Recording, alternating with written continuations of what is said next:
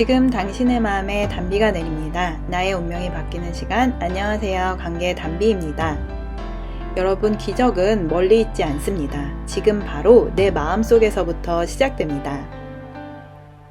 우리들의 블루스라는 드라마에서 배우 이병헌은 어머니에게 상처를 받고 불효자로 살아갑니다.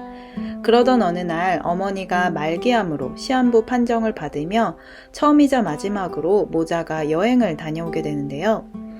아들은 어머니에 대한 미움과 원망으로 가득하였지만 죽어가는 어머니에게 마지막으로 엄마는 정말 나에게 미안한 것이 없느냐고 묻습니다. 그러나 어머니는 묵묵부답입니다. 어머니는 아들이 좋아하는 엄마표 된장찌개를 한 사발 끓여 놓으시고 그렇게 생을 마감하였습니다. 돌아가신 어머니를 끌어안고 우는 아들의 대사를 읽어보겠습니다. 사랑한단 말도 미안하단 말도 없이 내 어머니 강옥동 씨가 내가 좋아했던 된장찌개 한 사발을 끓여놓고 처음 왔던 그곳으로 돌아가셨다.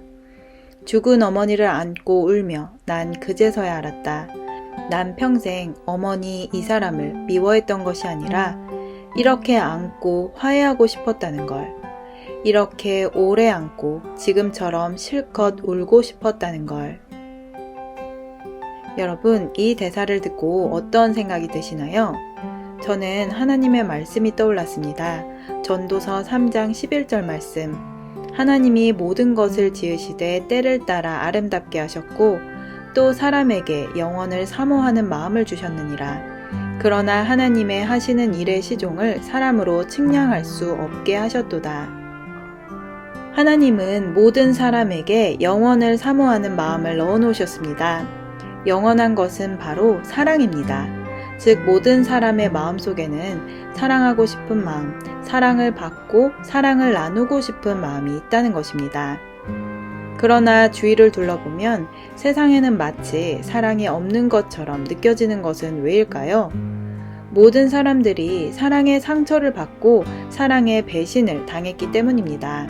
사랑의 아픔을 가지고 있는 사람들은 사랑을 간절히 원하면서도 사랑을 굉장히 두려워하고 의심하고 경계합니다. 대부분의 사람들이 받는 첫 번째 사랑의 아픔은 나를 낳아주고 길러준 부모님에게 저마다의 상처를 받는 것입니다. 어떤 이들은 어려서부터 지속적인 폭언과 폭력을 당하기도 하고 어떤 이들은 부모님의 불화, 외도, 이혼과 같은 일을 겪으면서 마음의 불안과 원망이 생깁니다. 이렇게 자라난 사람들은 한 가지 결심하게 되는 것이 있습니다. 그것은 바로 최대한 빠른 시일 내에 부모로부터 독립하는 것이고 나는 내 부모처럼 살지 않으리라는 다짐을 하게 됩니다.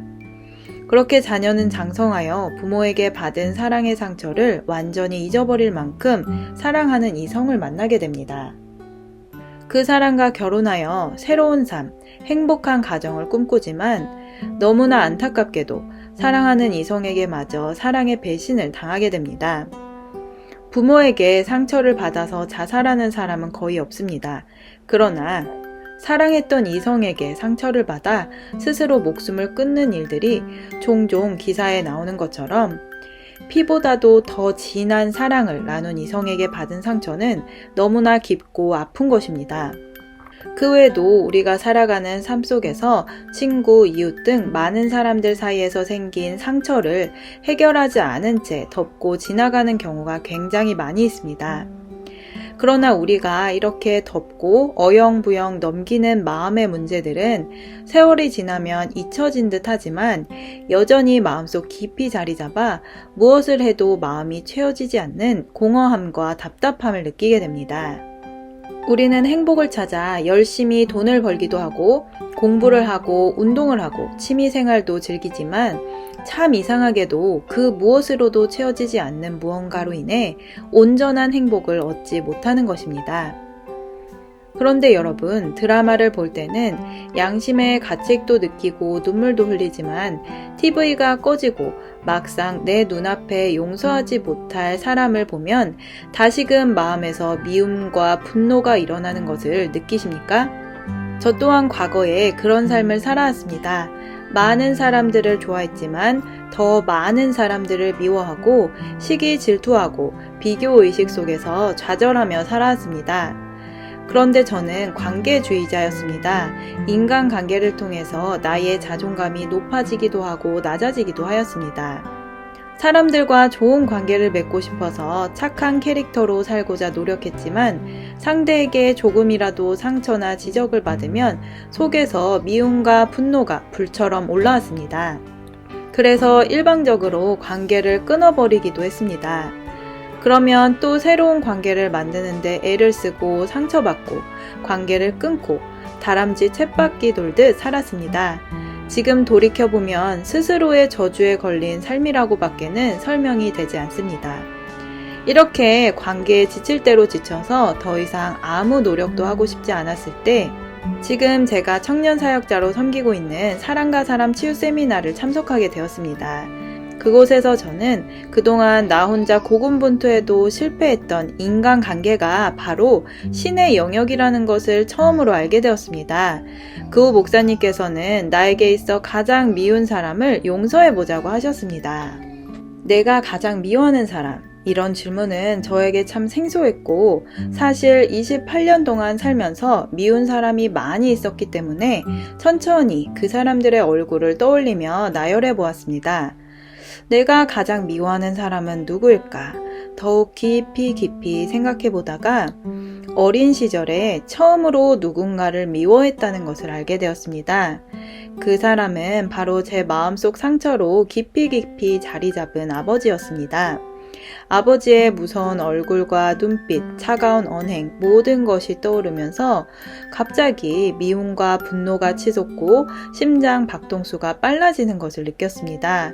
그 후 저는 목사님께서 알려주시는 축복 기도를 하면서 처음으로 진실한 제 마음과 정면으로 마주하게 되었습니다. 어린 시절 아버지에 대한 미움을 시작으로 28년을 살아오면서 그 미움과 분노를 더욱더 키워왔고 겉으로는 내색하지 않았지만 저의 내면은 괴물이 되어 있었습니다. 가식, 이중인격, 다혈질, 예민함, 불안, 공황 등 모든 것들이 미움에서 시작되었다는 것을 알게 되었습니다. 어느 날은 너무나 생생하게 어린 시절의 상처가 떠올라서 울면서 기도하는 저에게 하나님의 음성이 들려왔습니다. 미안하다. 그런데 수진아, 그때 내가 너와 함께 울고 있었단다. 라고 하시며 이 세상에 나와 같은 사람들이 너무도 많이 있으니 그들에게 하나님의 사랑과 치유를 전해달라고 부탁하시는 것이었습니다. 그렇게 저는 하나님의 사랑으로 뿌리 깊은 상처를 치유받고 마침내 28년 묵은 미움과 분노에서 완전히 해방이 되었습니다. 하나님은 아버지를 진심으로 용서하고 사랑하는 마음을 가득 부어주셨습니다. 저는 그 후 제 생애 처음으로 아버지를 안아드리며 사랑한다고 말씀드렸습니다. 아버지께서는 어색해 하시면서도 너무나 좋아하셨습니다. 이렇게 가장 저에게 힘들었던 관계가 풀어지니 신기하게도 나머지의 관계들은 너무나 쉽게 풀어졌습니다. 과거에 저는 관계가 가장 어렵고 힘들었다고 생각했는데 이제는 이 세상에서 관계가 가장 단순하고 쉽다고 말할 수 있게 되었습니다. 바로 이런 것이 기적입니다. 만약 제가 나를 사랑하시고 용서하신 예수님을 만나지 못하였더라면 저는 처음에 소개했던 드라마의 주인공처럼 후회를 하며 평생의 죄책감을 안고 살아야 했을 것입니다. 혹은 죄책감도 느끼지 못한 채 여전히 누군가를 미워하며 다투며 살아갔을 것입니다. 이처럼 모든 사람은 온전한 행복을 원합니다. 온전한 행복은 온전한 사랑이 채워질 때 이뤄지는 것입니다. 사랑은 하나님의 것입니다. 또한 하나님의 사랑은 진실한 용서의 사랑입니다.